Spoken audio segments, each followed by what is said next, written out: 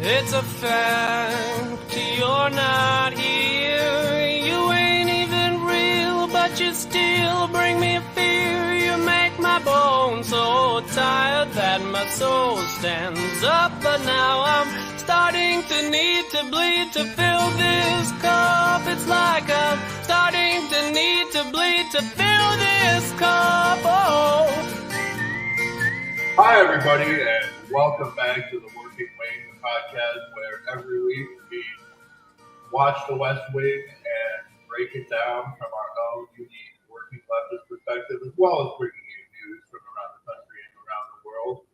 My name is Tim Schultz, and joining me, as always, my dear friend, longtime debate partner, and a man who makes Earl Warren looks like John Roberts. Killian Collins. Tim, it's good to be here. It's good to have our lungs, like still staying okay, and to know that the new normal this week, didn't succumb us and our working class bodies from going to work because, we gotta go to work. Gotta go to work. Gotta have a job. But yeah, so good to see you. Good to see that you survived this smoky storm so far, and I hope you're ready for the next one. Oh yeah, no, it's gonna be a wild one. So anyway, it's kind of a big show today. A lot to get through. Yeah. Our news rundown changed pretty dramatically over just like the past 48 hours. Because like I woke up on Thursday and saw that Joe Biden was making a speech about Bidenomics, and I like could not contain my excitement to cover Joe Biden and Bidenomics.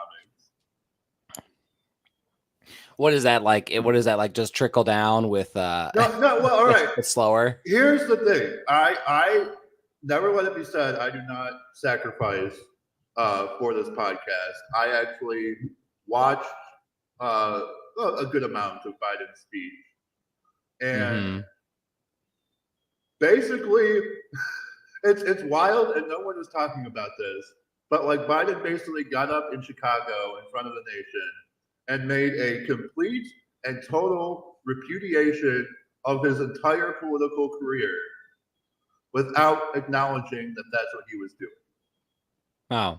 It was like an excoriation of like trickle down economics, being like cutting taxes on the rich was terrible. We created that trickle down is a tax structure that encourages corporations to outsource jobs. We deregulated corporations, and they took advantage of the American people. Joe Biden voted for every single one of those policies. He voted for the Reagan tax cuts. He voted for the free trade agreements. He voted for the deregulation of major industries. Yeah. Yeah. It is absolutely, it drives me fucking crazy. This might be what I hate the most about Joe Biden, is that like, he is like, I mean, maybe he really does have like dementia to the extent that he has forgotten what he was doing in the 80s and 90s. But like, this is what he did. Well, I mean, it's funny, Tim, because I think that's what made him so electable. Because really, all he really had to do was not be the socialist and not be Trump. Exactly. So that's and it was people were scared enough to do it, despite he is the center that destroyed the American middle class. Yeah, like that is him. Yeah. To the fullest extent, when America has been better off than far better off than we see it today, was a person screaming that, well, there's no way for us to pay for Social Security, so we have to cut all of these seniors off of it. So yeah, no, that's like leaving these grand institutions that like have saved all millions of Americans from poverty. Oh yeah, dude. Just the leader of Bidenomics. Yeah, that's just the work life. That's just basic Bidenomics. It's basically trickle down economics, except with like an aim towards like green energy rather than the gas and coal industry, as far as I can tell. Oh, you mean just the secondary industry to like not even fully provide power and still kind of be a hand. Like still kind of where like these oil tycoons are using as a secondary stuff. Some of them, Right. some of Exactly. them. Which when I tell environmentalists, they get really upset with me, and then they act like nuclear fusion is like. I don't know. Don't get me started on some of these like some of these green diehards. Joe Biden and his neoliberal successors are going to give fusion energy away to some evil corporation. It is pretty much fucking The military. I'm gonna guess it's the military. I would think. Well, it'll be a military, but it will also be like Amco, or it'll be some other huge tycoon that like needs to let the market naturally kill it, but we keep leaving alive because we believe in the free market so much. You know, hey America, we don't believe in a planned economy, so you can save your small business. Right. We will save these massive corporations. Yes. And then also on Thursday, the court struck down the concept of affirmative action, which, I mean, all right, out of the 3 bad decisions that they made over the past 2 days, I think the affirmative action one is the least damaging. Well, affirmative action has some issues. It has some issues, right? And there are other ways for universities to maintain diversity on their certainly. Right. They can go at it on a socioeconomic play. They can discriminate. They can still admit on the basis of area code rather than race. Yeah. So if they give an advantage to students from like Compton over like Beverly Hills, that is not a violation of the court's ruling. Yeah, that wouldn't be too, but they also do that anyway. They do discriminate by area code, and it's still. I mean, they do now. They do now. They do already. And the court has been fined.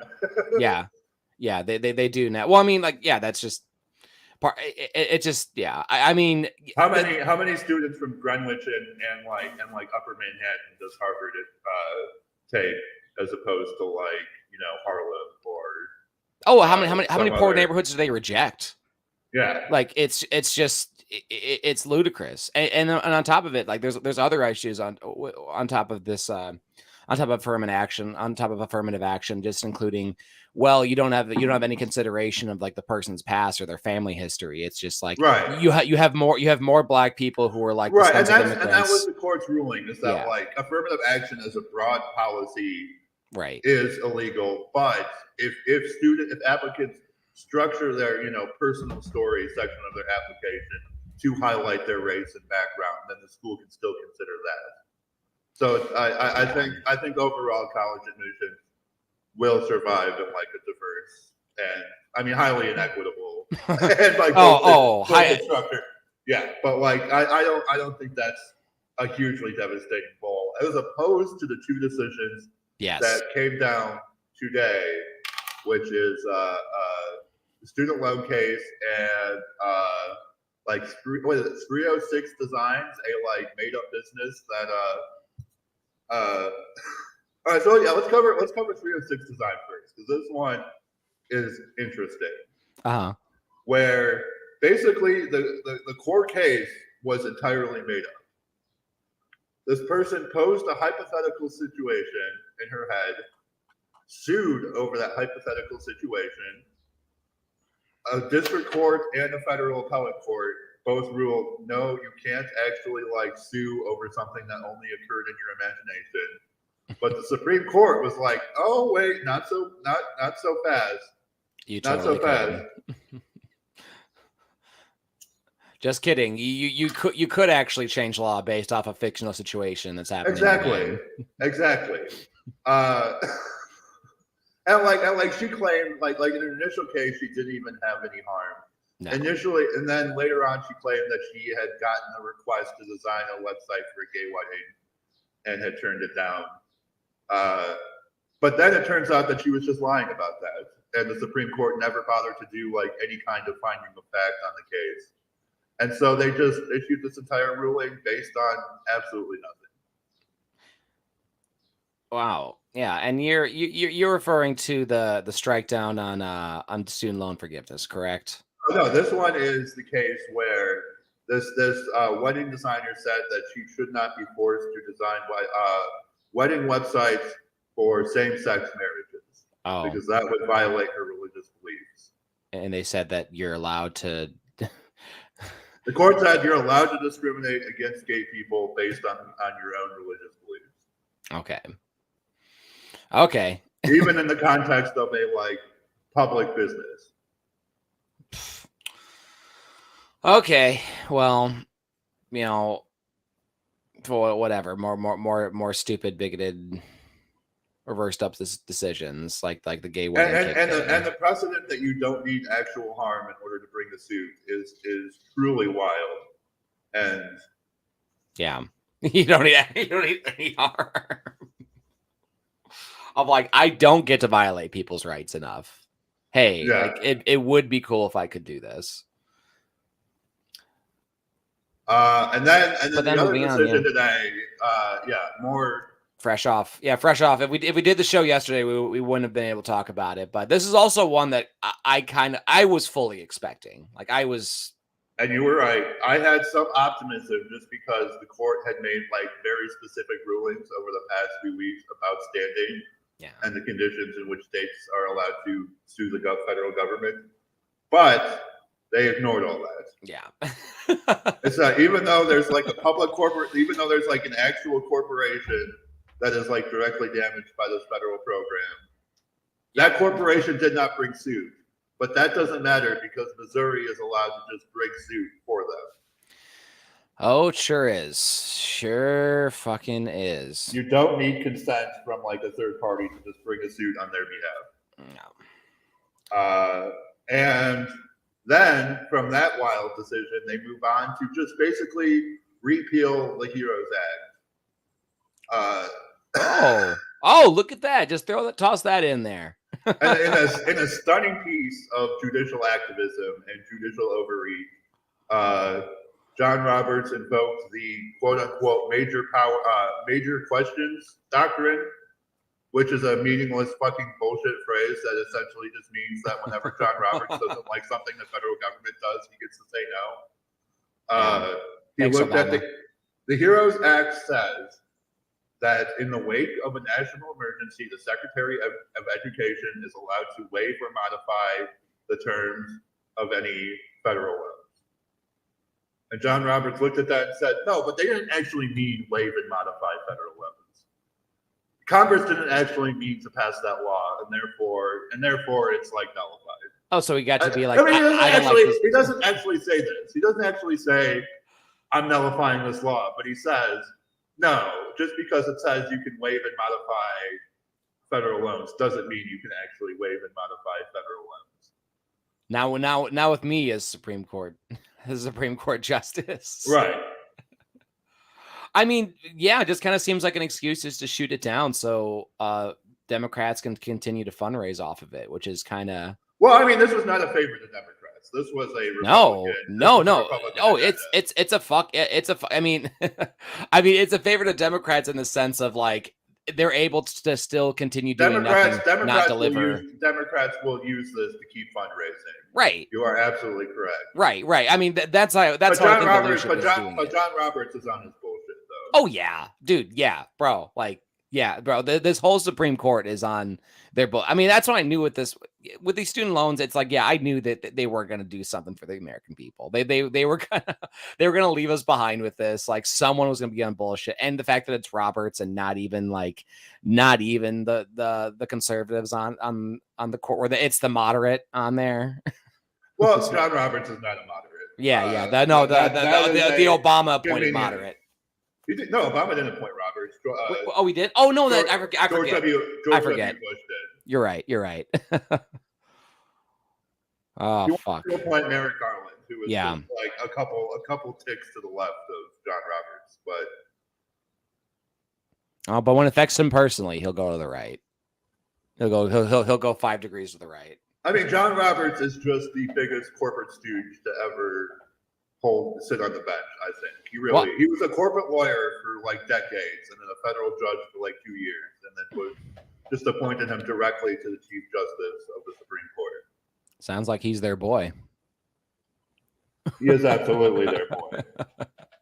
I mean, crazy how like Kavanaugh, like with these decisions, like you were thinking like, oh, well, maybe Kavanaugh will like make a crazy decision and come through for it. Well, like it's weird, right? Because It different is. justices have their own like weird areas of law where they're like Sam Alito may he like choke on a piece of fish and die sometime in the next few months.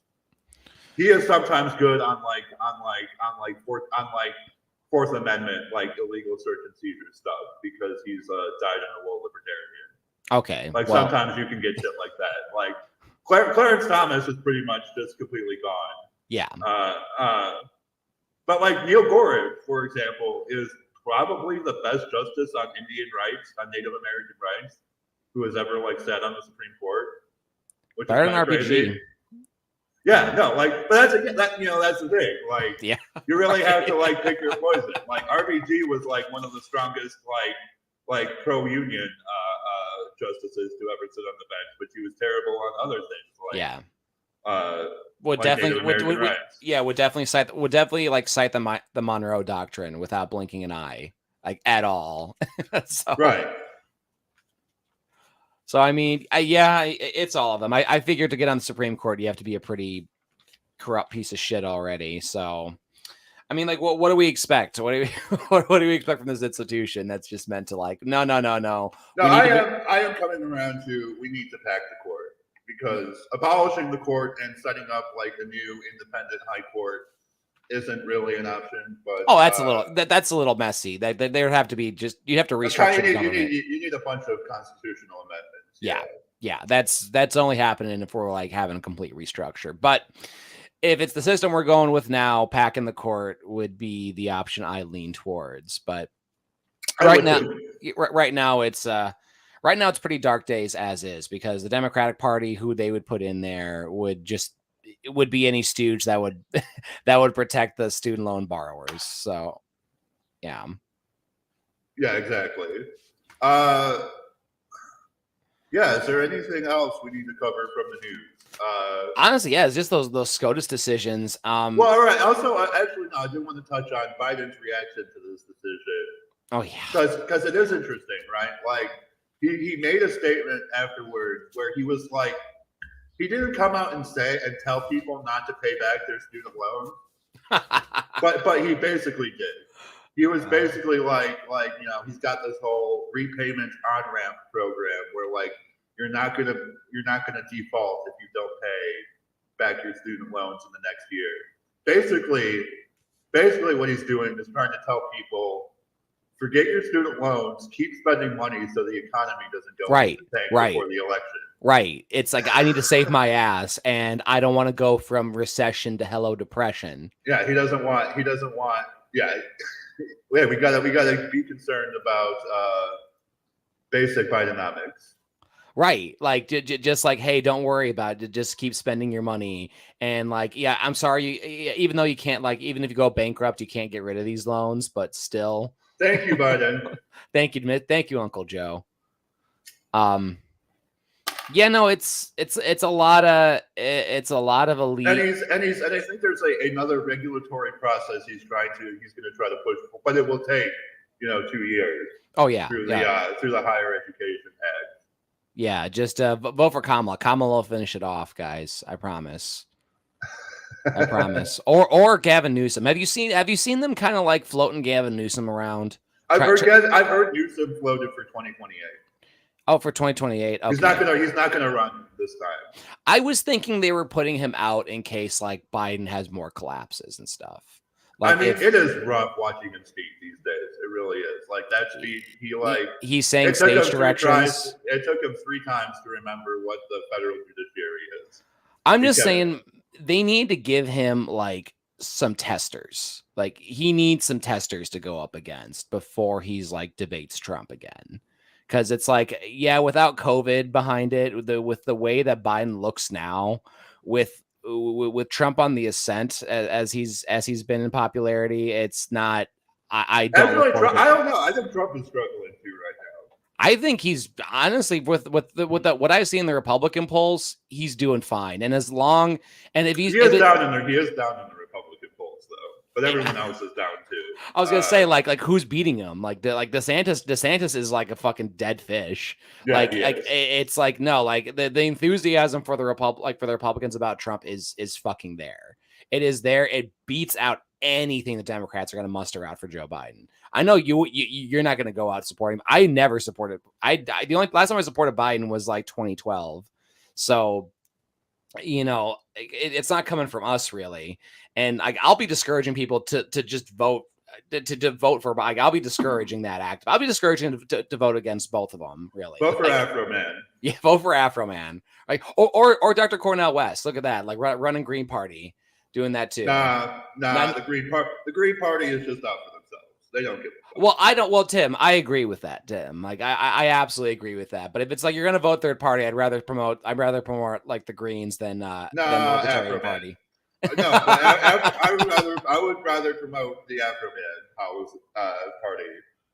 But here's the thing, Tim, is like, have you seen like Afro Man like actually like go out there and be? But besides you and I, who else is talking about Afro Man? As much as I like his policies, as much as I do. I'll agree with you there, but if I were to see him debate Dr. Cornel West, then like I'd actually like be like, okay. I mean, I've mentioned Afro Man. I've never seen anyone mention Cornel West. So just going by that, I think Afro Man has more buzz around him than Cornel West. I think you're completely like. I mean, I don't think you're looking around like any other spaces if you haven't heard like of Cornel West, but like. Like if you look around, you'll actually hear more buzz about Cornel West than you will about Afro Man. God love him. But like, yeah, no one's really heard of the Afro Man 2020 Fro campaign besides you and me. Like we're the ones talking about it. And it's kind of, and like, God love it. Like, but like they are trying to just like boost him up a little bit, which is fine. Like, and I'd rather have these issues out there, but I would prefer it if Afro Man was a little bit more competitive. Now, Cornel West, too, is like he really wouldn't be the candidate, and the Greens are out for themselves with it. Yes, the Green Party's fucking corrupt as fuck. However, they are getting rid of like their Howie Hawkins faction to like make some room for like a better candidate, which like is a little bit more optimistic. But we're gonna see how the process plays out too. I just signed this up for Afro Man's presidential campaign newsletter. Dude, as soon as there's a rally, Tim, like I'm going, bringing my camera. I'm going to go and ask like working wing questions. Dude, I am ready to do that in real life event once I see, and dude, if I see anything with Afro Man out there, bro, I will be promoting it. And along with like, I'll go to any Cornel West event around here too. Totally down. Shit. I'll talk some RFK people. I don't give a shit. I don't give a shit. The Marianne Williamson people will probably kick me out. They probably won't like me very much, but I don't like them either. But I'll talk to whoever's willing to fucking talk, man. Like, end of the day. But anyway, Tim, it's still we have a whole exciting presidential nominee process to argue about and see what happens. So. And plus, we don't know like how much they're gonna pump up Kamala Harris in case things get really dark. I think they can read the writing on the wall, and they're gonna keep Kamala Harris in the shadows. Far away in the shadows. Yeah, they know that she is like. Okay, but look at this picture. That's Afro Man with his campaign manager. Right. Well, yeah. I mean, like, how much experience do you think that campaign manager's got there? How much experience that fresh face has got there, huh? I think he's probably a better marketer than like anybody on Joe Biden's team.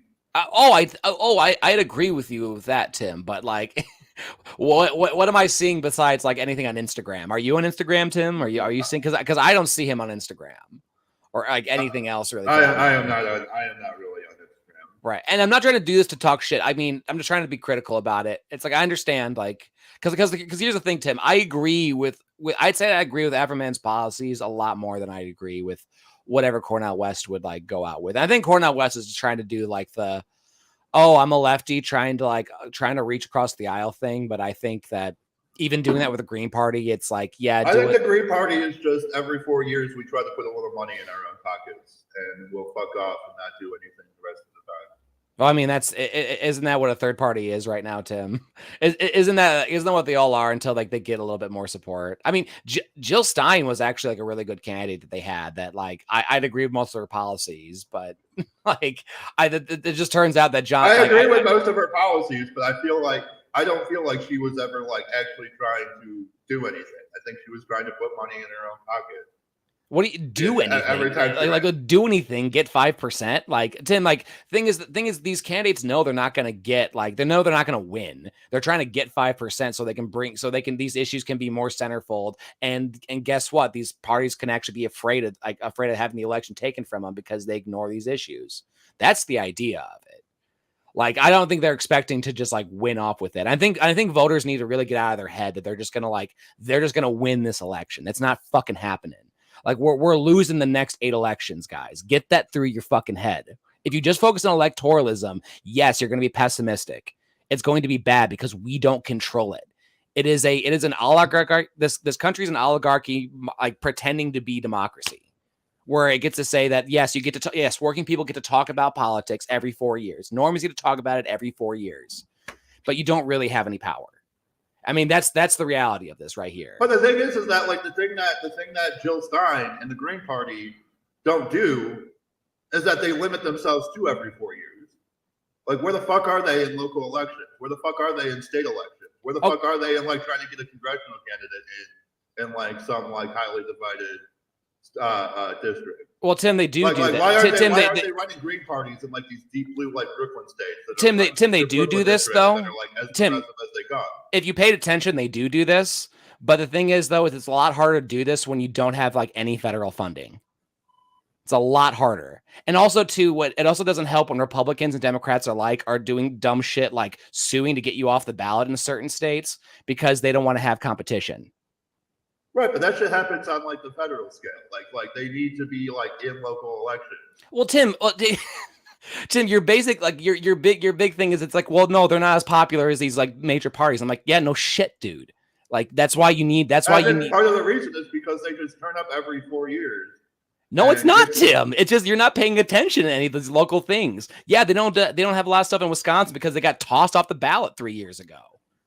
Hell yeah, dude. Like that's a huge problem. The Green Party has never been a factor even well before that in Wisconsin. Yeah, maybe not in Wisconsin, Tim, but guess what? Third parties have started in Wisconsin that have actually made a huge impact. One of them is called the GOP. So like I mean, yes, you can fucking laugh, Tim, but it's like, yeah, this is like how this shit happened. This is like how history's changed. It like, yes, it was third party fringe it was fringe parties going in when the country was in crisis, dude. And and I don't know if you noticed, Tim, but we're entering crisis. And you know where they started? They started by targeting like local elections and congressional elections. Yeah, like Tim. The first Republican candidates were like running for Congress in Wisconsin and Illinois. And that's what the Green Party isn't doing. Well, I mean, Tim, they are though. They are in a bunch of places that we don't live. What Green Party? Yeah, but like again, like you're talking about like the role of third parties in Wisconsin and how Wisconsin gave birth to a third party. Where the fuck is like a Green Party candidate for Congress anywhere in Wisconsin?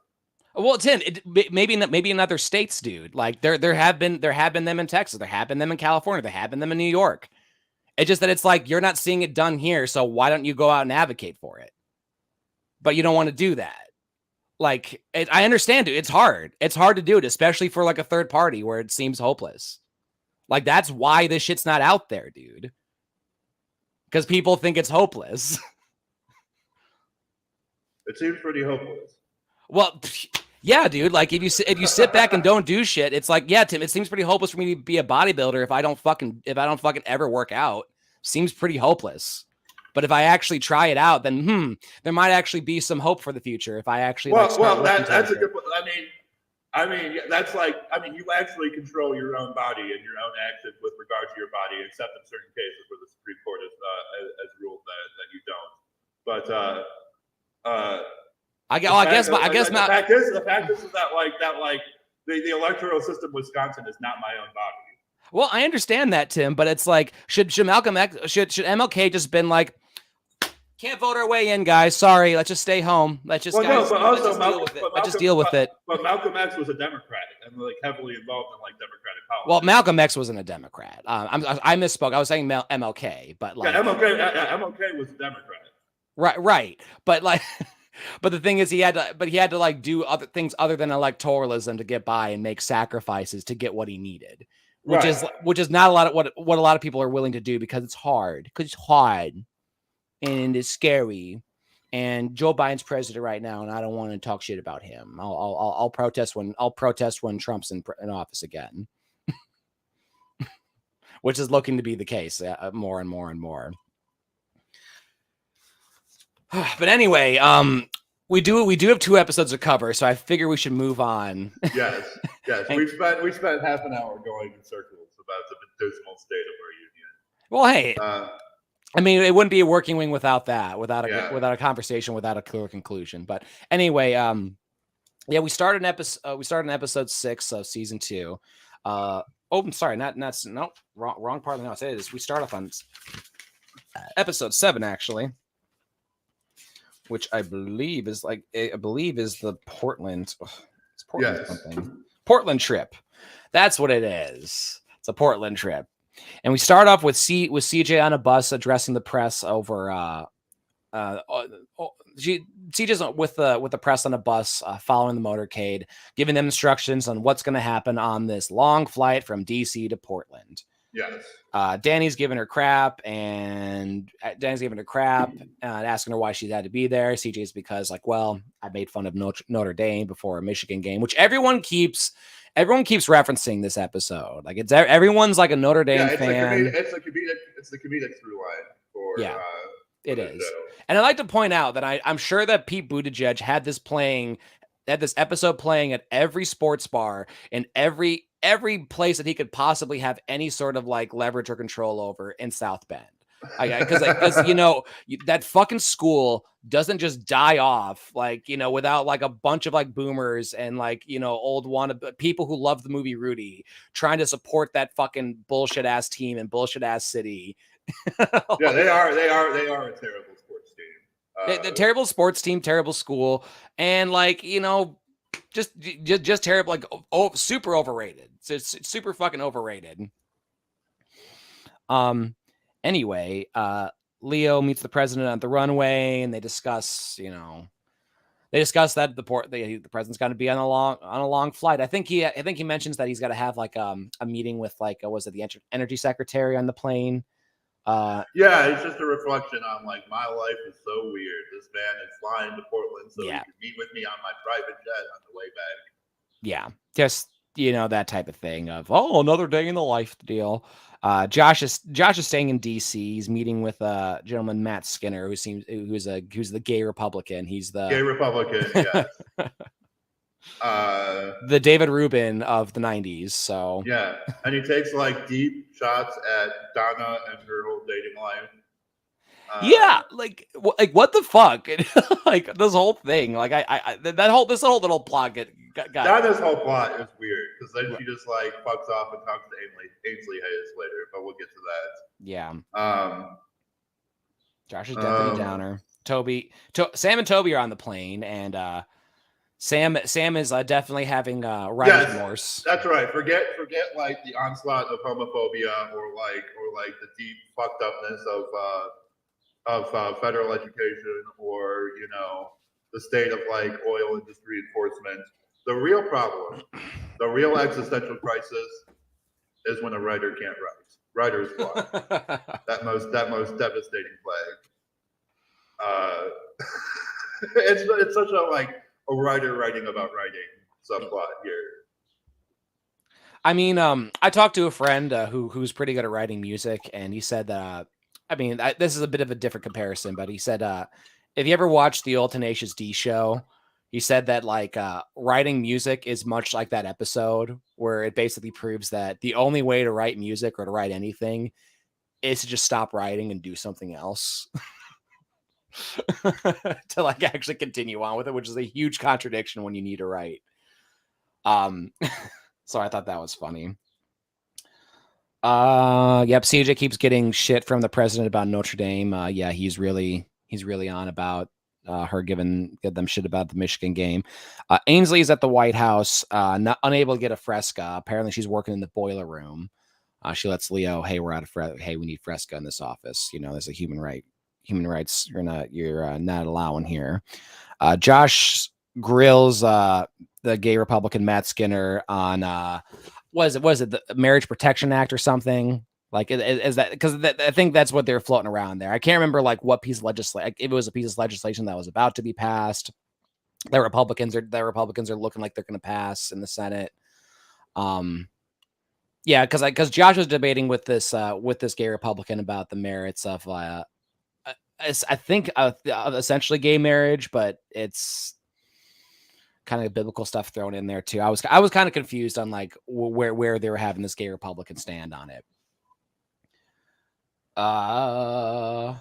Leo deals with Leo deals with a military situation, which basically deals with there's a tanker that there's a tanker with oil that's like not listening to orders that's apparently that is going to get sanctioned or about to get sanctioned. Basically the normal process is that they would seize the cargo, inspect it, sanction it, and then give the cargo back to the oil company to sell anyways for a massive profit. Because that's just how our blockade and embargo enforcement goes. So pirates, like pirates, smugglers. You know, I imagine this is how it would happen if they found like a tanker of Russian natural gas. These days too, they would just hand it back to the oligarchs to sell off, and then issue them a little slap on the wrist. If that. I think we got Margaret moving on, being funny with Leo. I can't remember what she was doing with Leo. President call. Oh yeah. Oh no, because Leo's divorce papers gay. Yeah. And everyone's worried that he's gonna have a drink. Yep. President calls. He lets them know about the sanctioned ship. They don't want to send a missile at it and blow up the tanker. Like I'm sure how the president normally handles things. Sam is rewriting his paper. Sam wants to make education the national priority in the speech. Well, no, he wants to create a permanent revolution. Well, no, I'm getting to that. I'm getting to that. Like because he brings up the phrase "permanent revolution." To Toby was like, "What? That's from Mao's Little Red Book," and I like basically just went, "Hold on a second. I don't think that's it because." I'm used to permanent revolution being associated with Leon Trotsky and i.e.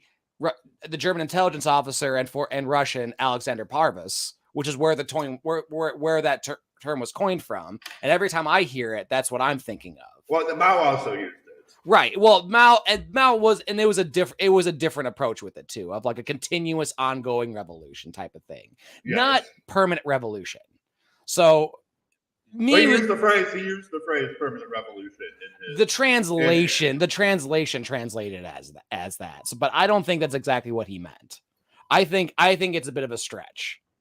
Because I heard this and I was like, no. I think because like if you want to go with like continuous ongoing revolutionary theory, then like that's kind of what was Mao's push during the Cultural Revolution, which even the communists in China go like, that was fucked up. Like we don't think that was right. We think that was a huge mistake. But anyway, that's basically what I got on is that like no Cultural Revolution is that's a Trot thing. That's a Trot thing more than a Mao thing.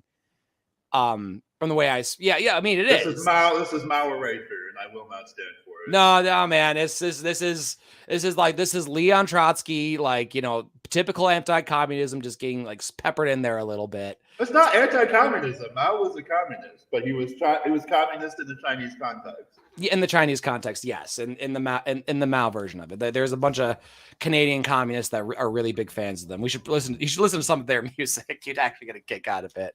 But no, I mean, completely. It's like, permanent revolution is much more a Trot thing, like much more Trot. And even in the context that Mao used it, it was very different. Because as you might imagine, the people who consider themselves Maoist much more third worldist, especially than like compared to Trotsky. Trotsky thought that this revolution was only going to come from the first world or any of these Western countries. And Mao saw the USSR as an imperialist country masquerading as a communist party, and always presented their attempts to dictate the course of the Chinese Revolution. Right. He went with his theory in the end. Anyway, Toby hears it and says like, well, we can't really use a communist phrase in an American speech. It won't really go over that well, which I would say that, yeah, maybe you wouldn't want to use something as, I mean, granted, especially people are thinking of it as Mao and not Trotsky or any of this too. That's, you know, it's confusing. It's just confusing because also I'll say this too with communist terms, people tend to like really not understand. Americans really don't understand them. It's like we've been so fear mongered that it really doesn't sound too good.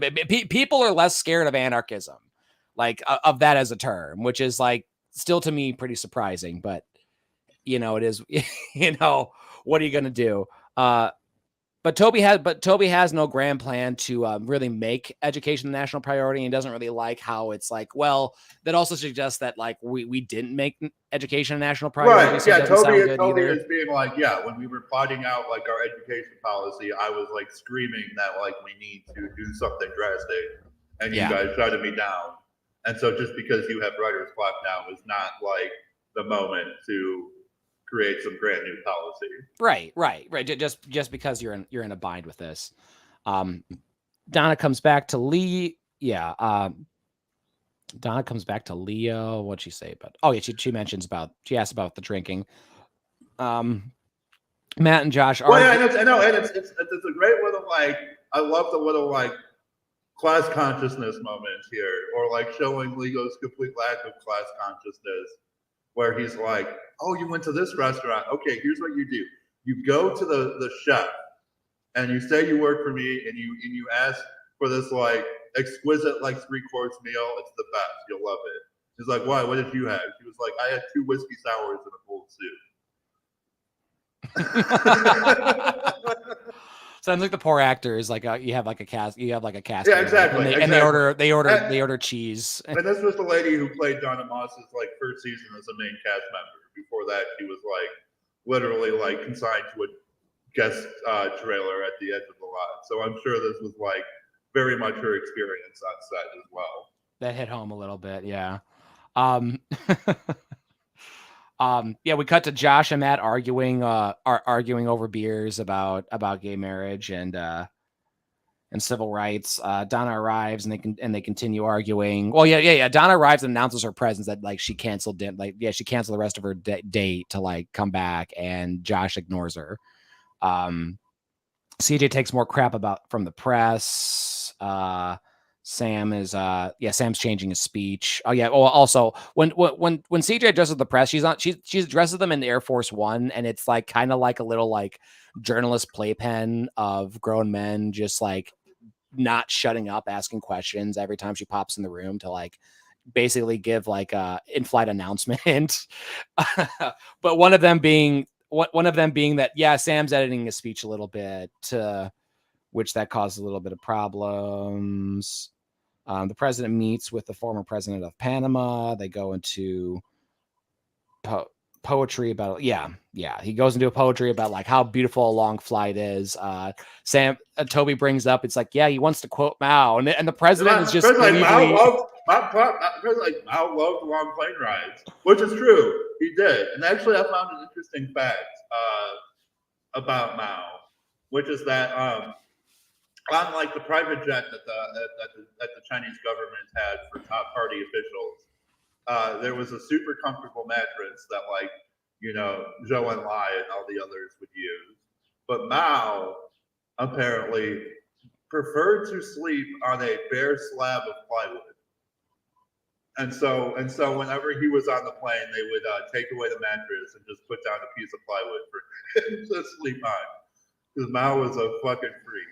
Dude, the fact that that there was this American journalist that interviewed him, and in the middle of his interview, like, and this is while like Mao was a guerrilla fighter, like Like in the middle of this interview, like, you know, like something had been brought up, and then Mal was like, oh, no, wait 1 second. And like, dude takes off his pants and is like checking his pants for lice, like in the middle of this interview with this like foreigner, like just like not giving a fuck about the decorum. Just like, oh, no, I got to take care of this like real quick. Like this has got to happen. No, like Mal was, definitely a real interesting cat, that one, man. Yeah. Personally, I'd like to have that flag. But yeah, but to see Martin Sheen in this like liberal loving show, just kind of dancing around, like joking about like, oh, Mal loves a long flight, you know, like he would love this whole system right now too. I'm like, yeah, I'm sure Mal would like to be like on Air Force One talking to like the heart of imperialism, you know, discussing like he has some things to say for sure. Oh, he would. We cut to Ainsley in her shitty office. Looks like she's being punished. In her shitty. Well, that was a thing in one of the episodes we skipped. Apparently, it's this White House hates lawyers, so they always put the most junior lawyer in that like shitty little dank. Sam was a fucking lawyer. Like they should hate Sam. Like he's like the worst. Don't they kind of hate Sam? I mean, they should. I mean, honestly, if they hate Sam enough, they should just give Ainsley the job. Like. I mean, she's not going out fucking whores. Like she won't come back to the office be like, hey, I didn't know she was a prostitute. Like, you know, she's not gonna do that. Like, I would make her the writer just because that's like there's less I have to worry about. Like, really, like in all seriousness, if I'd say, you know, they need that jawline. It's just like they need that jawline. Yeah, they don't have that killer jawline. But Donna comes in to like say hi, and that's a bizarre conversation she has with Donna, where Aaron Sorkin is basically trying to say, "I didn't hire Ainsley Hayes just because she's another hot blonde." But I did. Yeah, and I totally don't think these two women are identical, even though I do. Like it's weird. It's a weird scene. Yeah, the way that it says more about Sorkinson writing women. Aaron Sorkin writing women. Oh, Sorkinson. You do that all the time. I do, bro. I do fucking. It's just part of it's a West Wingism at this point. Josh argues. George argues FF against values restricting generations. Right. No, Josh is going back and forth with this Matt Skinner character, and like the way this is an interesting conversation and an interesting policy issue, because like if you would ask me 2 years ago, I was like, oh no, the marriage thing is like pretty well settled, you know, Supreme Court decision, it's all good. But like no, as with like any legal victory, the left wins in this country. The Republicans are coming back fast. I have worries about the safety of Dobbs. You have like Clarence Thomas calling for people to bring cases challenging Dobbs so that they can use their whole new legal theory to strike that shit down. Yep, and cases about birth control too. So birth control, He didn't mention interracial marriage, even though interracial marriage was also one of those cases that was decided on the same lines. Yeah, let's bring up some segregated schools cases. Let's bring those back. You know, like why not? Why not? Those could look at. The sky is the limit for this court, truly. But let's not look at term limits. That's sacrosanct. Danny grills CJ grills Danny on why he hasn't given her a draft, and Danny's just kind of being prissy, like, well, I don't really want to do it because I don't have to, and it's because you don't have nothing to do on the plane, but now you have nothing to do but they pay attention to me. Present the Bartlett and Toby. Yeah, Danny's a little shit here. Yeah, like he always is. But Bartley and Toby review the speech. They float debt forgiveness for 3-year public. They float debt forgiveness for which is a policy that did eventually become a thing. Right, it did. A very watered. Because teaching is the shittiest job in the country. A very very watered down and shitty version where it's like you can have like. If you get the specific degree, you get your debt forgiven if you teach in like the worst schools that we don't want, that no one wants to go to. Yeah, because we no money. For no money, and you're gonna turn it around with no money. Like, like it's pretty. Which I mean, I've seen some of the fruits of the happening, and it's not great. It's really not great, and it kind of like does bring out to like that whole point, because I think Sam was being idealistic about this too, thinking about like, well, no, kids are going to be inspired by having these 4-year, by having these successful teachers with like all these degrees teaching them that, and it's like, well, no, that's not what happens. You just have these like out of touch like you have these out of touch teachers who don't really know how to teach these people specifically and don't want to relate to them. And he'll get totally burnt out after a year on the job. Right. And then these kids are, and as to Toby's point, then these kids feel abandoned because they are, because this was supposed to be a really easy quick fix. And like Toby, the kids feel abandoned because the entire system has like abandoned them from like beginning to end. Yes. Not because their teachers move on. Well, I mean, it does have something to do with it, though. Like, it's like I will advocate for saying that I think you need teachers who are really connected with that community. That's what builds a stronger right. But you need to just pay teachers enough that like it's the job worth given, like absolutely given. But I'm just saying, like, you don't move a person who's like, you know, has a master's degree in like in psychology and their own thing with no teaching experience, and then just like toss them into an inner city classroom and think that like that's going to translate, because it doesn't. But absolutely, Tim, it's like you gotta feed them kids first. You gotta make sure those kids are fed like all around. You gotta make sure their parents got jobs. You gotta make sure that they have stable houses where they can grow up and be able to come to school whenever they need to. Yeah. And then after this, we get more Josh and Matt Skinner, right? Where Matt Skinner outlines why he's a Republican. Why is it Gary? Why he's David Rubin? Right. Well, it's like he says all these like conservative things of like, you know, small government and fiscal responsibility, all of that. It's like these Republicans don't exist. And if they ever did, like if this guy ever existed, he lost the primary to MTG in like 2010 and was like out of politics. I mean, I'd say he lost in 2018 to MTG whenever she came in. At the latest. But yeah, no, he lost the primary to some like Tea Party crazy in 2010. Yeah, some Scott Walker crazy.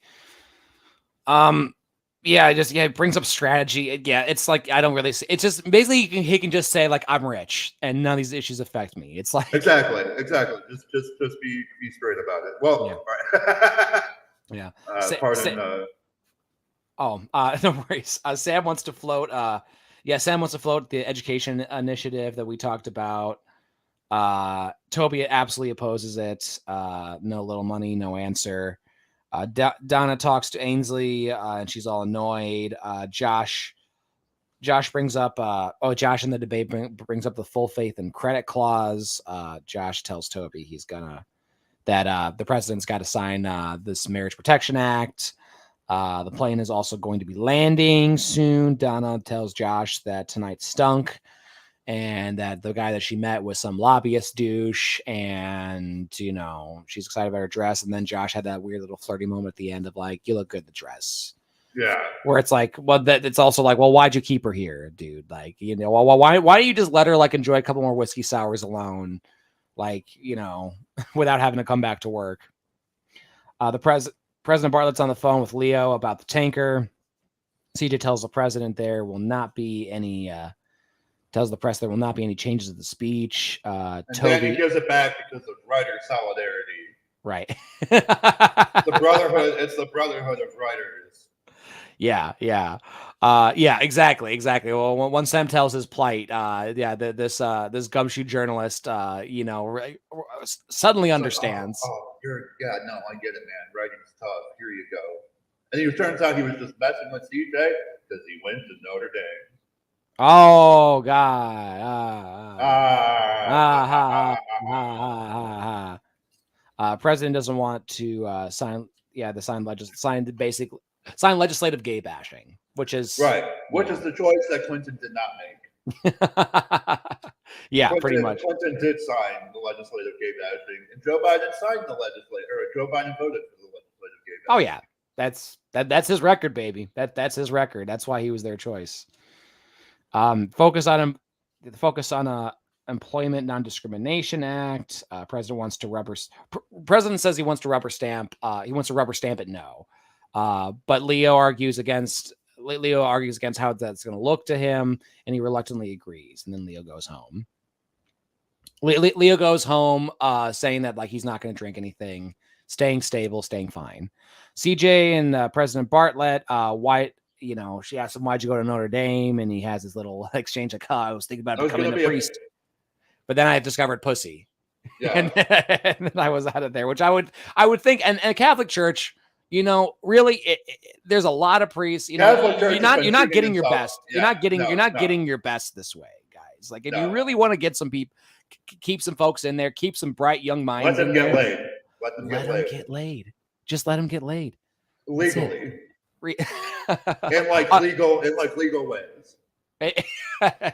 I mean, it's still illegal in those senses, though. They just protect it. Like it's just it'll just be easier to like have to just right. No, exactly. Like if you can get away with just having sex with like an adult woman, like get people who want to do that rather than rather than what you had, which is like 20% pedophiles. Right. Like what? Yeah. Just forcing these sexual creatures to be celibate. Like just. Because it's been working out so good for the last 2 millennia.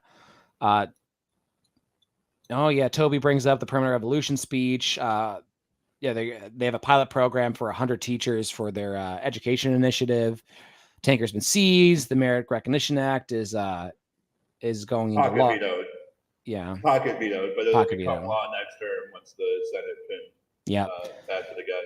And they end saying it's a start, day in the life on a long play ride to Air Force One to Portland to do whatever again.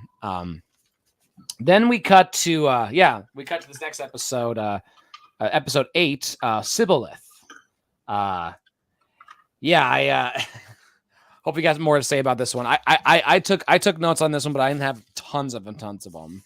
I got a couple. Yeah, I have some notes. I think we can move through this pretty fast. We can. We get the Coast Guard. The Coast Guard finds refugees on a draft. They're from China. But they're on. It wasn't a raft. They're on they're in like some storage unit. Yeah, they were. Yeah, the raft. I do want to bring up the raft because the raft is what sank off the coast of Britain, where 27 people just were allowed to die. Just allowed to die. You mean recently, or what this is based off of? This is in 2021. Okay. Oh wow. I want us to keep that in mind as we go through what Aaron Sorkin imagines would be the reaction from like principled conservatives and people from the Christian right to like a migrant crisis. Oh yeah. We'll keep that in mind as we discuss this episode. Oh yeah. Oh, I'm glad you're on that, Tim. Sam references Pilgrims. Sam references the Pilgrims to Toby. Yeah, no, exactly. A pilgrim detective show coming soon from Fox. This was funny. This opening segment was funny. The whole senioritis, the prank of putting the turkeys in CJ's office. Yeah. Josh comes in like flipping a quarter. Your tax dollars at work, everyone. Yes. Absolute libertarian red meat up here. Josh takes the phone call about the boat from China situation. Josh and Lego argue football over if everyone want to watch football over Thanksgiving. The INS has possession of the Chinese refugees that were found in the shipping container, and CJ gets turkeys delivered to her office. LOL, because I mean Sorkin seems to just kind of like torture the CJ character. Yeah, it seems like, but whatever. Sam and Charlie have a little conversation. Oh yeah, Charlie keeps giving the president like this knife. And the president keeps like sending it back and saying like it's not quite good enough. Toby discusses what was it again? Like a spot for a recess appointment. Yeah, a recess appointment to like assistant secretary for secondary and primary education, and his candidate is Leo's sister. Oh yeah. Apparently is the superintendent of the Atlanta School District. There you go. Yes, but they want to push her in because they want to push the issue of prayer in school. Prayer in schools. Yes. Well, at least with public schools, what they can control. Leo's against fighting it. We're not really geared up for this type of fight right now. They find out that the Chinese refugees are evangelicals who are being religiously persecuted. Yes. Yeah, sure. Yeah, right. And that's the thing. It's like conservatives, like if that was like, they would love it. They would love if the Chinese government was like crucifying evangelicals. They would be all over it. I disagree. They would not give a fuck. I mean, I think they would use it as red meat to like go like to like put. They would use it as red meat to like get donations, but they would in no way support like these people coming to this country. No. That's not what Republicans. Yeah. This Jerry Falwell stand-in motherfucker would not be like, I'm going to use my own money to like bail these people out. He's like, I'm going to give a sermon about these to raise $100,000. Well, and also to like, you know, get my friends here who work for like whatever, like, you know, like my friends who work in Halliburton down the road, like they or not Halliburton, just, you know, my friends who work down at Lockheed Martin down the road, you know, like I think, you know, they'd appreciate it if like, you know, I start going on TV going like how we need to get these godless Chinese, you know, to like, you know, start acting right. And they bring this up too. It's like, even though they bring up this like evangelical, like religious terrorists, and I go like, yeah, pretty much most of the time, whenever China's got like a huge problem with like a religious group, it's like, it's usually like there's someone bombing shit. So like, yeah. And I'd say like, I'd want to get rid of those motherfuckers too. But you know, that's just me. I don't really believe in religious terrorism. Hey, you know, what a crazy commie right here.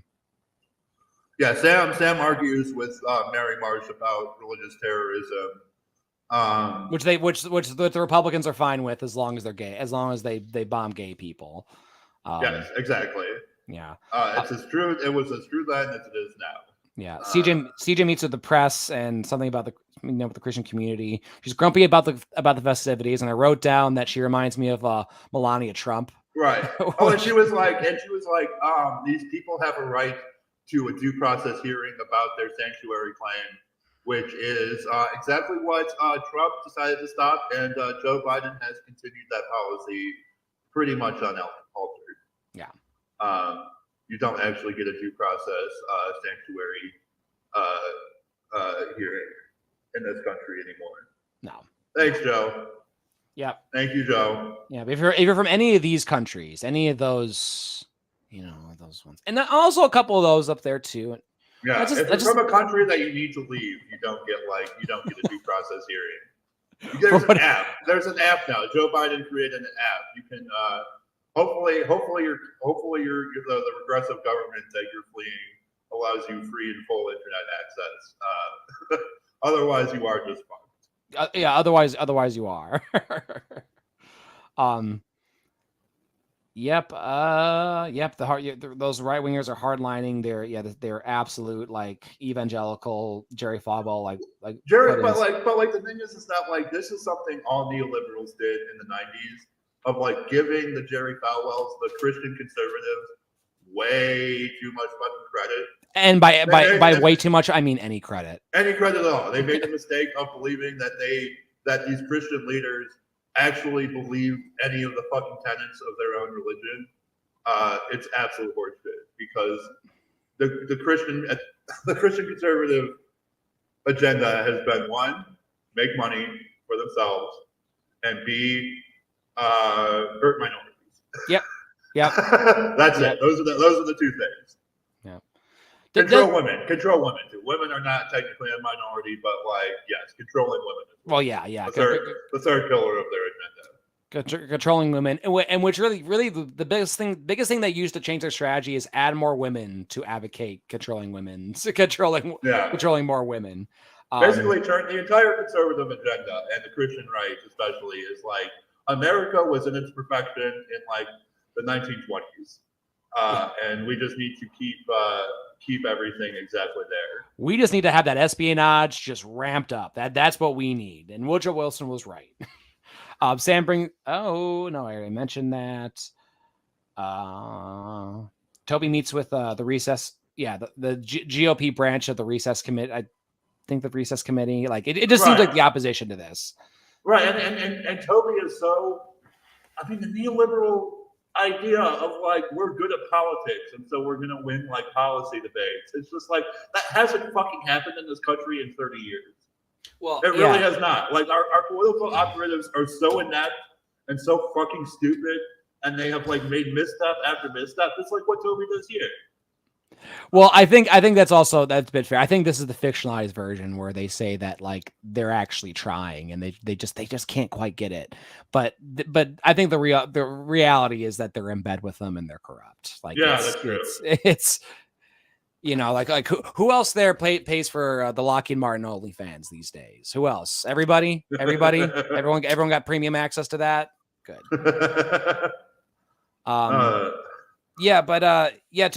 Toby tries to say, well, because there's a picture. Yeah, he's like, I'm going to win this debate. He's too well qualified. Yeah. You guys, once he's in office, you guys aren't going to be able to do anything. And they're like, no, there's a picture. Because apparently there is a picture of Leo's sister arresting a group of kids for praying during a school basketball game. Yeah. I'm going to come out here. These kids were nerds and freaks, and they fucking deserved it. I'm glad they were arrested. Who the fuck are these kids praying at a school basketball game?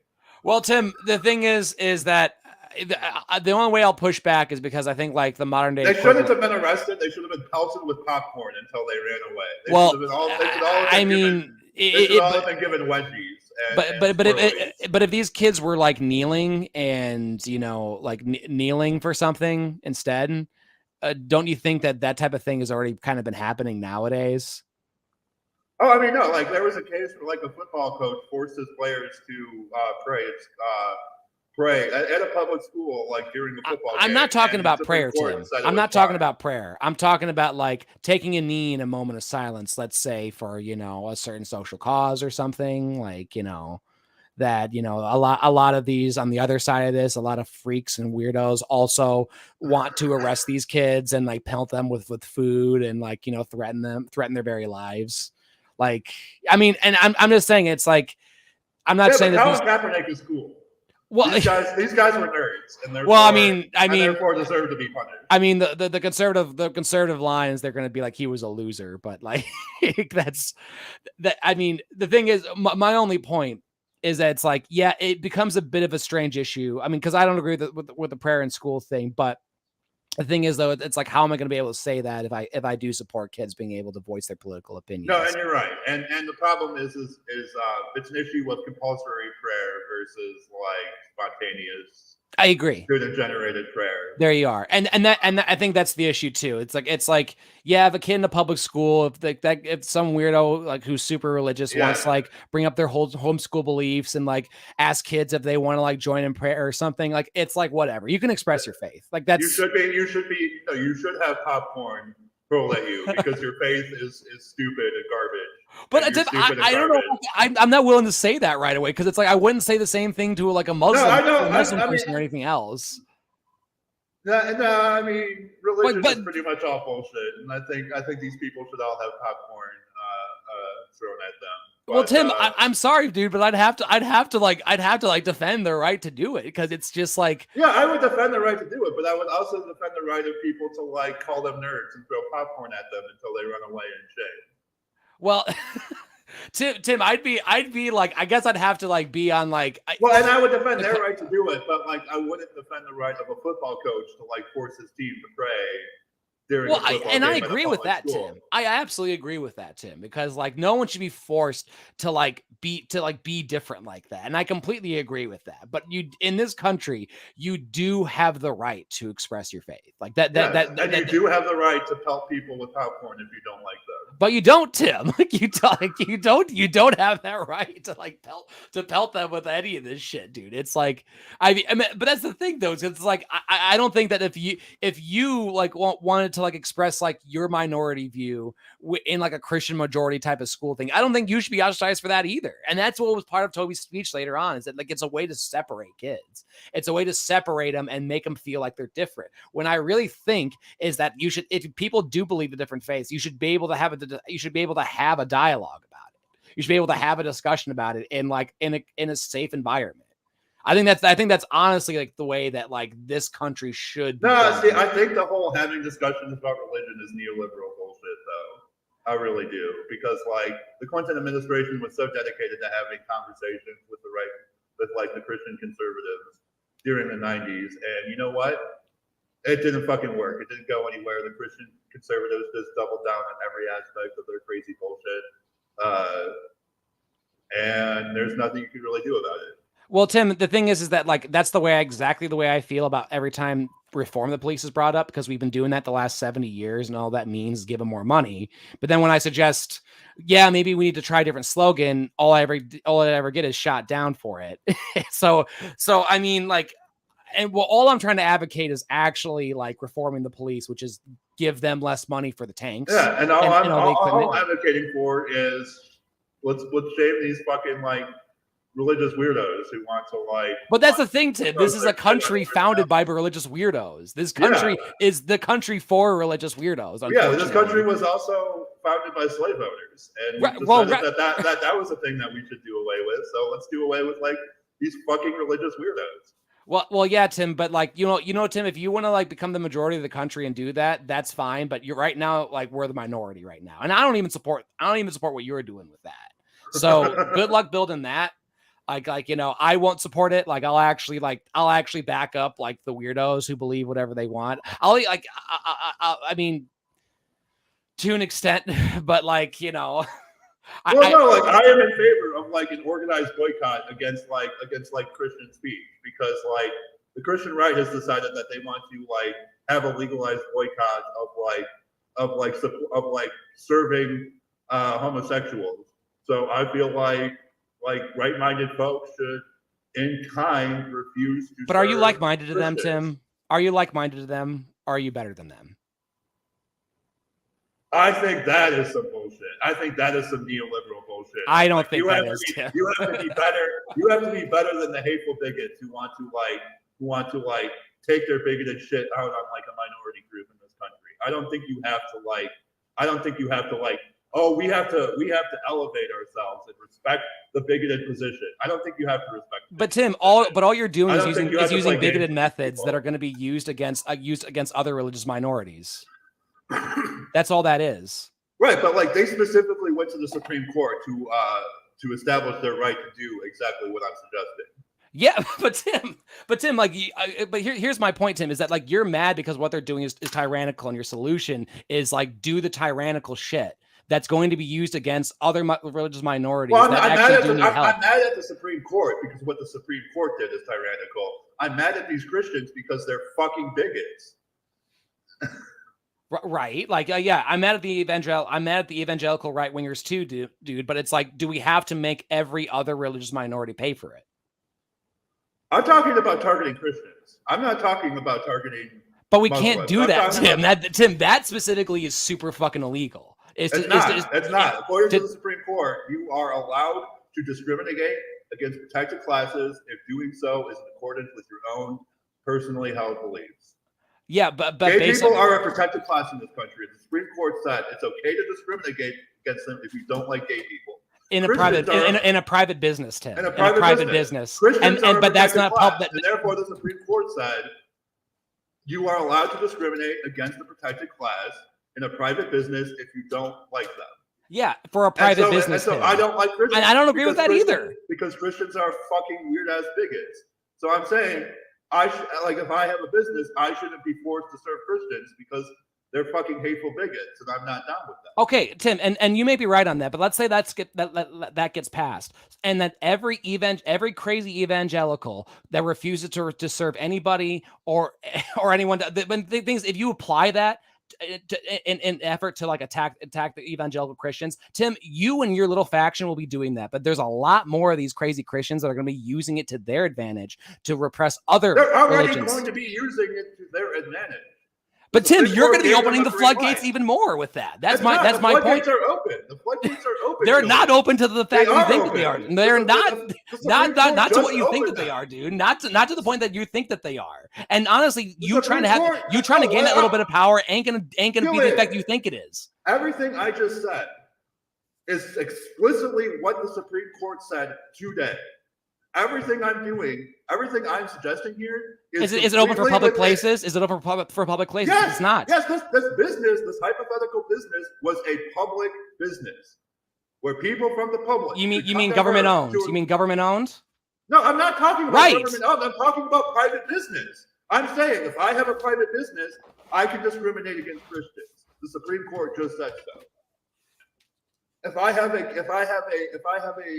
like wedding cake business or whatever, to cite one of their past cases, I shouldn't have to make cakes for Christians because I don't support Christians. Then go ahead and do it, dude. Like, it's like, I'm just saying it's not that effective because it's coming from that, and it's going to be used only as more of an effect for that right that you're trying to fight so hard. That's all I'm saying. And that Tim is neoliberal bullshit, because all you're doing is giving your enemies more ammo to fight you. Because you're trying to get one up on them. Bullshit. Let's be nice to the bigots, and hopefully they'll be less bigoted. No, Tim, I'm not trying to appeal to the bigots, Tim. I'm trying to appeal to the actual people who are religious in this country who actually don't want to believe in this shit. Oh, you're right. You're right. The Christians have done so much to reform their fucking religion. That's why Christianity has been going to the left over the past 20 years and not to the right. Oh, yeah. We have to respect these do-nothing Christians. We have to respect these Christians who give money to their churches, who then turn around and fund bigoted lawsuits. We have to help those people. But these people are too fucking stupid and too fucking lazy. Oh, there we go. There we go. They're all too dumb. They are. Well, Tim, how do you expect to build a fucking movement when you're just right away? It's like, you're dumb if you have this faith. You're fucking stupid if you have this faith. And like, and guess what? You're stupid, and your kid should be fucking bullied, Tim. Tim, that's how you stay isolated. That's how you stay isolated for fucking ever. That's how no one joins your shit. Well, where's your fucking movement, dude? Where is reaching out to religious people gotten the left in this country? Except farther behind every fucking day. You mean further behind? Really? Yes, reaching out to like any religious people. These Christians are going to sit up and do something. Tim, you're acting like I'm trying to work hand in hand with all these people. But all I'm trying to do is protect like the rights of real religious minorities. And that's my point, Tim, is it's like you're trying to like just use their method of bigotry and say, well, no, just apply it to them. We have enough people to do it, and you don't. All they're gonna do is apply it to the minorities more and more and more, and put the thumbscrews in. That's my fucking point. They're gonna do it more and more and more because Christianity is a hateful, bigoted, fucking destructive force in this country. That's why they're gonna do it more and more and more. Tim, I don't. That's been the history of this country over the past 30 years. Tim, if you want to go ahead and keep on trying to destroy the Catholic Church, good luck to you, because like people have been at it since it's been around, and I don't really know like what revolutionary theory you're offering to it that has not already been spoken before. I really don't. I really fucking don't, dude. Like, I didn't think we go that hard in this episode. Yeah. Leo, yeah. Anyway, they reveal that little photo. Leo's furious, wants to abandon her, nothing to gain. Yeah. CJ and Donna collaborate on on some children's song. They can't hurt turkeys. Hilarious. I hated the CJ turkey part. I'll be honest with you. Just like it's Aaron Sorkin. Just like I feel like it has it out for this actor because like she had stage presence and then just wanted to make her do like embarrassing dumb shit because he couldn't write. Josh and Sam talk with the INS. Said they could. They said that the refugees could be trafficked and they could just be feigning faith. Very possible. But Bartwood is on the detective. Bartwood is on. Oh yeah. Oh no. Yeah, we'll get to that part. CJ asked the president to pardon one of the turkeys because she has to pick which one is more photo. She has to sentence one of them to death, basically. Yeah. Josh brings up the feigned faith issue to the president. The president says like, well, I'm just going to ask them to pronounce the word Sabbath, which, Shibboleth. You fail. Yeah, right. You know what? What's the thing, Tim? I'm not an evangelical. I'm not a Christian, so I mean, like, I would fail. I would fail anyway. And that's the thing. Is it like, well, you're asking these Chinese immigrants to like say this word? Like, yeah, no. Justin, I would definitely fail. Whatever. Leo meets with his sister. They kind of have some sibling, punch on the side. Tells her he wants her name out. Tells her about the baseball picks. about the baseball game picks, getting arrested. He says, "We do not strut ever. We do not strut." The Democratic Party hasn't strutted since like the 1960s, and that's why we are where we are. Well, they do strut when it comes to. I mean, well, actually, you know, you're right. You're kind of right, Tim. With like After war the and 60s, stuff. they blended it. After the Warren Court did its thing, they blended in with the centrists.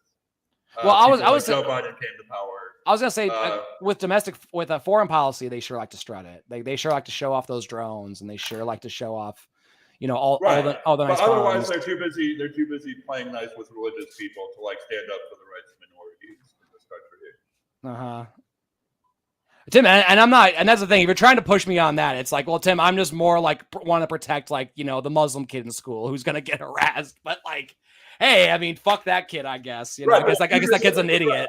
I guess he should like deny his family and like get abandoned by his family. That's not what I'm saying. I'm saying that being quiet and letting that kid like flounder and like not doing anything is also not protecting him either. Being nice to the religion's right has not like. That's not what I'm suggesting, you fucking idiot. Like, you fucking want to put me in a box and argue with it. Anyway, Toby says discussions with religious people. That's what will convince them to be nice to Muslims. I have talked to religious people, Tim, like religious people who aren't fucking bigots, and like, guess what? They're out there. But they're still giving money to their bigoted churches, aren't they? If they're giving any money away, fucking idiot. Anyway, Toby says she'll get over it. Fourth grader is like, he says the fourth grader is the prize, which is great because they don't vote. You know, fantastic. Great job, Toby, with that. I hated that point. The president meets the head of the chemistry department. I'm sorry, he was a former chemistry professor, which is like, I guess, the evangelical. Bartlett? Yeah, Bartlett. No. The Chinese guy was the Chinese guy was the head of the chemistry department, and that's who. Yeah, and he's representing the evangelicals, I guess. Tells Bartlett he had a house church. Evidence. He's like, you're looking for evidence of faith, and I don't have it. I just hope for a better world. You know, faith is true sepulith. And Bartlett faith says, is justified by itself alone. Yeah. Yeah. To which Bartlett says, you said the magic word, figuratively and literally. Then Toby brings up, it's like, yeah, we're trying to sell, or Leo or Toby say that, yeah, we're trying to sell. Like, yeah, like all these things they want from China. Yeah. So Bartlett calls the National Guard out, and then like in the show, INS just like lets all these immigrants run away. But I don't hear being like real life is like ICE agents with AK-47s just like gunning down these old ass Chinese people. Yeah, like that's how this would play out in real life. Like all these people would end up riddled with bullets and shit. No, yeah, they would just be dead in the storage container. They just like wouldn't open it. Like. Yeah, no kidding. Like the British government just let a whole raft of 30 people just die. They knew they were out there. They knew they were there, and they're like, "Not our problem. Bye. Our island's full. Sorry, goodbye." CJ gets ready for the festivities.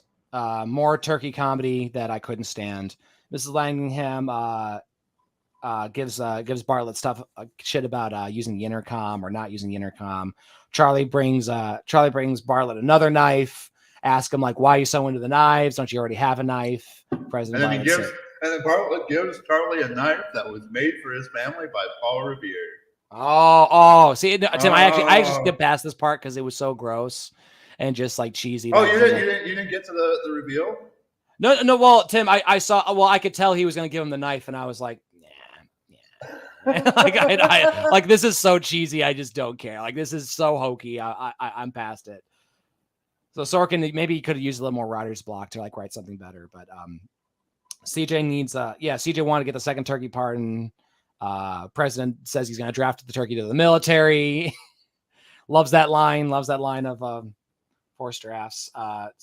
Josh and Sam tell the president that the refugees escaped. And then we get a cheesy end of Thanksgiving. I get to proclaim a day of Thanksgiving. These religious people came here, and now they get to abuse minorities forever because they got here first. Well, Tim, and that's like, I don't think that's right either, but it's like, I still want to protect the rights of the other minorities who are getting shit thrown at them when they're fucking here by the bigots here. And I want to change that shit, Tim, too. I do want to change that shit. But guess what you're going to need, Tim? You're going to need some Christians that want that shit to change too. I mean, they could change it themselves if they wanted to, but they haven't so far. Well, yeah, Tim, but like, but out of the Christian minority, well, which one, like, are the evangelicals running strong with it right now, or is it like, any of these lefties, like fundamentalist Christians, anything like that? I mean, there are no lefties. I know you say that, Tim, because you don't talk to anyone, but it's like, it's cool. Like, if you get off Reddit and talk to people in real life, you might meet a couple. But Killian, I mean, my family is like Catholic, and they're not like horrible bigots, but like my dad still gives money to the Catholic Church, and that's the problem I'm talking about. Well, Tim, I understand that these people who like say that they're against all the horrible shit that religion does, but then like still tithes or still is like, no, I'm a Christian, and therefore I stand for Christian rights to like persecute people. Like they're part of the problem.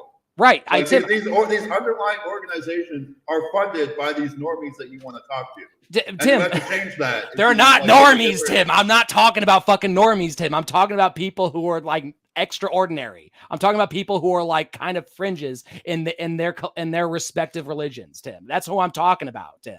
You have to reach out to some of those people, and you have to go out there and not just go on the internet and go, well, they don't exist. I guess you might as well not look. It's my whole family's religious and they all suck. It's like, Tim, my whole family sucks too. I don't think my family does suck, but I want them to like wake the fuck up and stop funding these hateful organizations. Right. And no like, shit. And like I've been talking to them about this shit my entire life. For you to say that I don't talk to like Christian people is like fucking absurd. No, like, Tim, you don't go outside of that, Tim. That's my point. Billy, you always do this, where you say anytime I disagree with you, it's because I don't talk to enough people. Like, Tim, you're chronically... You do have chronically online tendencies where you just go like, well, this doesn't work here. I have firmly held beliefs, and you think that like anytime it diverges from your firmly held beliefs, it's because I'm like not out in the world enough. When like I do talk to people, and I have my own firmly held beliefs. Like, yes, I'm not reading the same like Russian propaganda sites that you like to visit, and I'm not like in favor of like doing the same thing with like religious people that's been failing for 30 years. That doesn't mean that I'm like some like detached, like terminally online idiot. I mean, like you do seem pretty detached because you are focused on just like bullying kids and saying that they're stupid. That and was a fucking joke. That was a fucking joke, Killian. But Tim, don't you think that's a bit of a projection of like the religious trauma that you and I do share? Like, don't you think that's a reflection of that? And that's just more like, throwing out of that trauma that is like, really encouraged in these like toxic online leftist circles. Don't you think it is? Because I think it is. I think your attempts to psychoanalyze me are falling flat here. I think I'm saying that we need I think I'm hitting it, Tim. We need to denormalize this reflection, this like reflexive support of religion in this country. Reflexive support. I think we need to change our approach, actually, because like I don't think. The approach you're advocating is the same approach that's been failing for 30 years. It's not, Tim. Approach, but like what you're doing, again, I don't think that like people on the left talking to religious people has been like the problem here. I think that's the thing that hasn't worked for 30 years. But Tim, your suggestion is to like make all these religious people not religious, and that hasn't been working either. Like that's not working. That's not working more. I mean, who's doing that? Besides like my words on this podcast, who is like where is the atheist movement in this country? Tim, there is no atheist movement because like fucking atheists like don't want to organize anything. Tim, the biggest atheist prophet you can imagine. Right, and there is no third party in this country, and there is no like leftist third party in this country because like leftists don't want to organize anything. So what kind of infrastructure do you want to do? So what do you want to make? And plus, Tim, there are leftists that have organized things. It's just that like we have this thing called McCarthyism that like was stamping it out. Like like when and we've had like the religious right that you want to talk to stamping out atheism in this country. I'm not suggesting the religious right, Tim. I'm suggesting people who have faith, who find that this religious right shit is bullshit. Like that, it's like I just think, Tim, it's just like to be a leftist, you should not have to like reject religion, reject your faith entirely. Because I think that, Tim, is a black pill that makes sure that like our movement does stay small. I think it is. because people aren't willing to like abandon everything that their parents taught them just for like political cause initially. Some people are, Tim, but I think we're the minority in that. I mean, you know what else is like a deeply held belief that a lot of people have, a lot of normies have? A belief in like fucking capitalism. And we need people to like give that shit up too. So I feel like as long as you're like, and like religion has always been a thing that underlines capitalism and imperialism and all these like fucked up underlying structures that we need to overcome. Religion has always been a thing upholding those systems. So did Christianity in the early days completely support capitalism, or was that when Rome co-opted? In this country, it absolutely 100%. Okay, but Tim, I'm talking about the start of it. I'm talking about the start of it when Christianity was just a tiny little mystery cult. Were they pro-capitalist imperialist? Within 100 years, they were, yes. Okay, so what I'm getting at is originally they were not.